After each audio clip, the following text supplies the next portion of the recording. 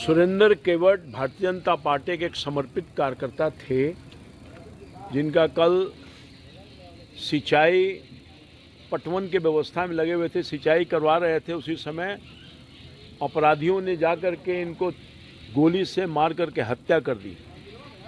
बहुत ही दुर्भाग्यपूर्ण है। लगातार इधर पटना में हत्या और बड़े पैमाने पर, बिहार के पैमाने पर भी हो रहा है कहीं न कहीं। ये बहुत चिंता का विषय है और दुर्भाग्यपूर्ण भी है। मैं मांग करता हूं सरकार से, मैंने वरीय पदाधिकारियों से बातचीत भी की है, एसपी साहब के ध्यान में डाला है, डीएम साहब के ध्यान में डाला है। अविलंब अपराधी तक पहुंचे पुलिस। और ये भी चिंता का विषय है, लोगों ने बताया, उनके परिवार के लोगों ने, कि घटना के बाद, हत्या के बाद 2 घंटे के बाद पुलिस स्थान पर पहुंचती है। ये भी एक बहुत बड़ा सवालिया निशान खड़ा होता है। तो ये अगर पुलिस दुरुस्त नहीं रहेगी, चुस्त नहीं रहेगी, कार्रवाई नहीं करेगी त्वरित गति से, तो अपराधी कैसे पकड़े जाएंगे?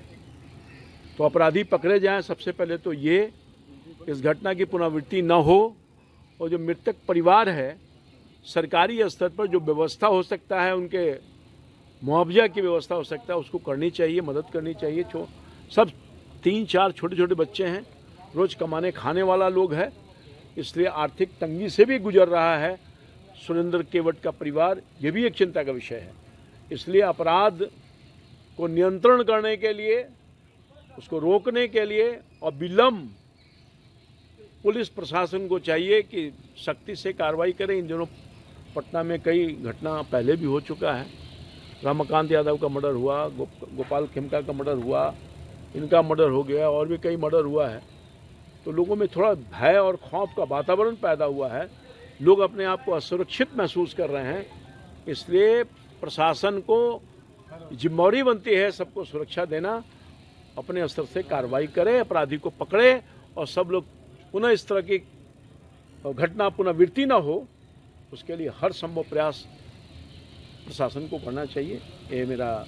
क्या कहेंगे? विजय सिन्हा ने कहा है कि आरजेडी के लोग इस तरह की घटना को अंजाम दिए। तो जांच का विषय है। विजय सिन्हा जी ने अगर कहा है तो जिम्मेवार व्यक्ति बोल रहे हैं, उप मुख्यमंत्री हैं, तो इस पर भी जांच का विषय है। इसको निकालने की जरूरत है। जो भी लोग हैं इसमें, चाहे कोई लोग इस तरह का अव्यवस्था फैलाने में लगे हुए हैं, हो सकता है कि पॉलिटिकल पार्टियां भी माइलेज लेने के लिए ऐसा काम करवा सकती है। ये शक का सुई जा रहा है उनके ऊपर। किन पर जा रहा है? अब तो पुलिस बताएगी ना,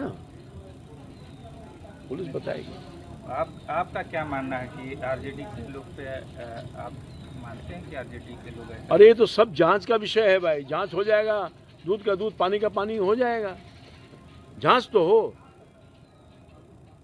चिराग पासवान ने जिस तरह से ट्वीट किया है कि बिहार पुलिस जैसे प्रशासन का इकबालिया खत्म हो गया है, क्या आप भी मानते हैं? अरे वो दुखी है भाई।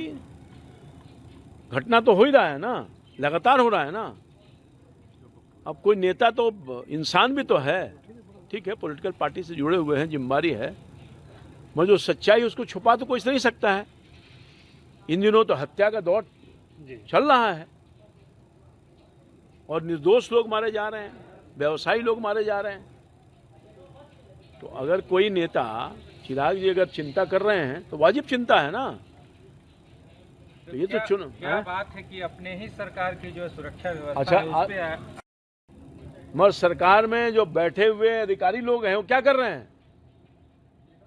जिम्मेवारी तो सरकार के अधिकारियों पर है ना भाई। सरकार की जिम्मेवारी तो अधिकारियों पर छोड़ी जाती है। डीएम हैं, ये हैं, वो हैं, दरोगा हैं। अब दरोगा जी यहाँ आ रहे हैं 2 घंटे के बाद, जो लोगों ने बताया 4 साल से बने पड़े हुए हैं। उनको जनता की चिंता कम है, जमीन की चिंता ज़्यादा है। तो क्या कहेगा लोग? दुखी नहीं होगा। अगर आप ये वीडियो YouTube पर देख रहे हैं तो हमारे चैनल को सब्सक्राइब कर बेल आइकन दबाएं, और Facebook पर देख रहे हैं तो हमारे पेज को लाइक करें।